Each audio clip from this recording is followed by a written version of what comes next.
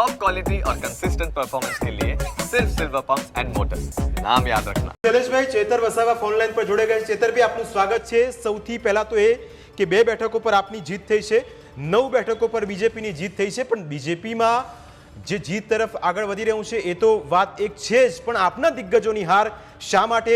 અરવિંદ કેજરીવાલ હારી ગયા, મનીષ સિસોદિયાની હાર થઈ, આપના તમામ જે સુપ્રીમો હતા એ તમામ સુપ્રીમો હારી રહ્યા છે।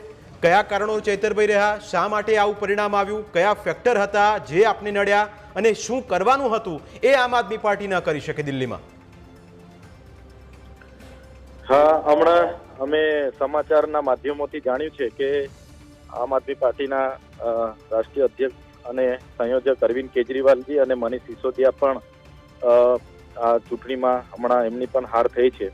ત્યારે લોકશાહીમાં જનતાનો મેન્ડેટ, જનતા જનાર્દન એ સર્વોપરી છે અને એમણે જે પણ મેન્ડેટ અમને આપ્યા છે એમનો અમે સહર્ષ સ્વીકાર કરીએ છીએ અને જે પણ એમાં કારણો હશે એનું ચોક્કસપણે અમે સમીક્ષા બેઠક હશે એમાં અમે ચિંતન કરીશું, મનન કરીશું।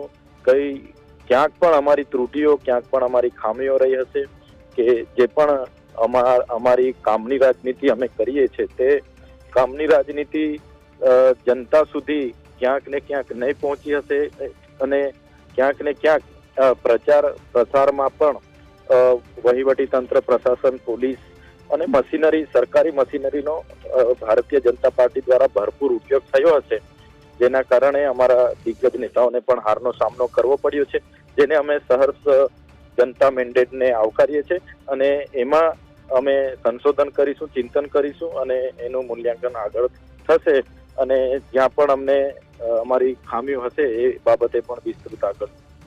બિલકુલ ચેતરભાઈ, આપે કહ્યું કે બીજેપીએ મશીનરીનો ઉપયોગ કર્યો છે। કઈ મશીનરીનો ઉપયોગ કર્યો છે જેનાથી આમ આદમી પાર્ટી કે જે અત્યાર સુધી દિલ્હીમાં પોતાનું રાજ ચલાવતી હતી એ આમ આદમી પાર્ટીના દિગ્ગજોને હારનો સામનો કરવો પડ્યો? આપ જે રીતના ભારતીય જનતા પાર્ટીએ દેશના અનેક રાજ્યોમાં, એ મહારાષ્ટ્ર હોય, મધ્યપ્રદેશ હોય, ગોવા હોય, દરેક જગ્યાએ પોતાનો સત્તા પાવર કરીને સરકારો તોડી છે, તો અહીંયા પણ આમ આદમી પાર્ટીને રોકવા માટે એમણે સામ દામ દંડ ભેદ નીતિનો ઉપયોગ કર્યો હશે અને સાથે સાથે જ્યારે ઈડી હોય, સીબીઆઈ હોય, પોલીસ હોય, તમામ બાબતોને, સરકારી મશીનરીઓને ભરપૂર ઉપયોગ આ ચૂંટણીમાં પણ થયો હતો। અનેક ચૂંટણી આયોગને પણ ફરિયાદો આમ આદમી પાર્ટી નથી થઈ શકી, ત્યારે જે પણ પરિણામો આવ્યા છે એ જનતાના મેન્ડેટ છે અને એને અમે આવકારીએ છીએ અને ચોક્કસ એમાં આવનારા દિવસોમાં ચિંતન અમારું કરીશું। ચેતરભાઈ, બીજો સવાલ એ કે આમ આદમી પાર્ટી હંમેશા ભ્રષ્ટાચારની સામેની લડત લડતી હતી, શું એ તમામ મુદ્દાઓ અત્યારે ન ચાલ્યા દિલ્હી વિધાનસભાની ચૂંટણીમાં?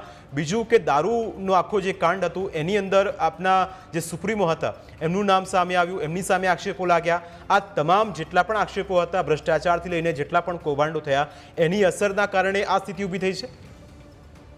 આમ આદમી પાર્ટી ત્યાં ખૂબ મજબૂત હતી। છેલ્લા એક અઠવાડિયામાં ભાજપે જે આમ આદમી પાર્ટીના જે મેનિફેસ્ટો હતા, જેમ કે વીજળી મફત ત્યાં આપવાની વાત હતી અને આપતા હતા, સાથે સાથે મફત શિક્ષણ, મફત આરોગ્ય, સાથે મફત પાણી, મહિલાઓને દર મહિને 1000 રૂપિયા, જે આમ આદમી પાર્ટીની સરકાર જ્યારથી બની અને એમણે જે વાયદાઓ કર્યા હતા એ પૂરા થતા હતા, પણ એની સામે ભાજપાએ જે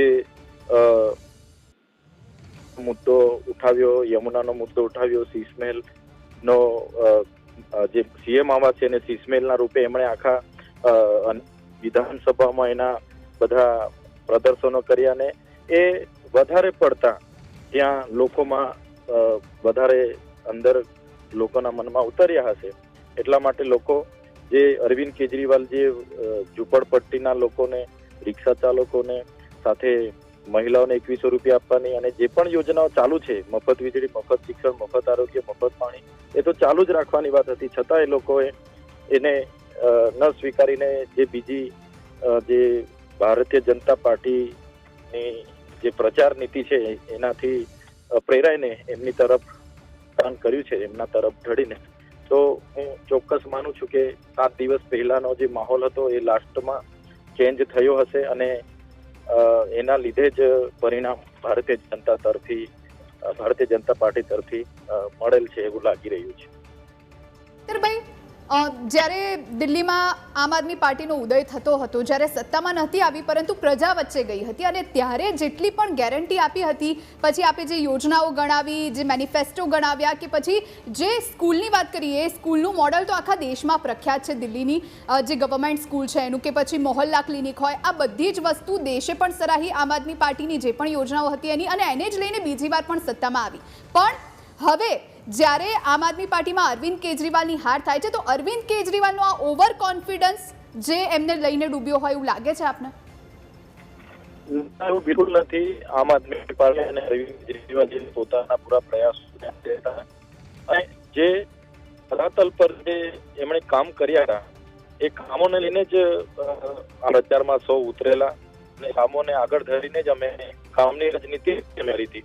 અને અમે કોઈ પણ જાતના કે બીજી રીતે કોઈને પણ એ રીતના એમાં લેવાનો કોશિશ નથી કરી. જેટલું પણ આમ આદમી પાર્ટી તરફથી થશે એટલા જ વચનો, એટલા જ વાયદાઓ ત્યાં આપ્યા હતા. પણ એની સામે પણ ભારતીય જનતા પાર્ટીની પ્રચારની જે એમનો થયું, એમના વડાપ્રધાન શ્રી, ગૃહમંત્રી શ્રી અને સાથે સાથે સંરક્ષણ મંત્રી શ્રી, તમામ મંત્રીઓ અને તમામ દેશના મોટા લીડર્સો ત્યાં અનેક વિધાનસભાઓમાં ઉતર્યા અને લાસ્ટમાં જે એમણે પૂરજોશમાં પ્રચાર કર્યો અને સામે એના લીધે જ લોકો ભારતીય જનતા પાર્ટી.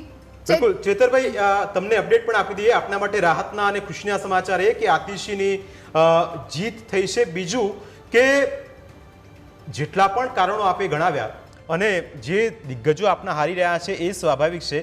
હવેની રણનીતિ કયા પ્રકારની રહેશે અને શું લાગે છે કેટલી બેઠકો આમ આદમી પાર્ટીના ખાતામાં આવી શકે, અને જે અત્યાર સુધી જીતતા આવતા હતા એ બેઠકો પર શા માટે આપને નિષ્ફળતા મળી?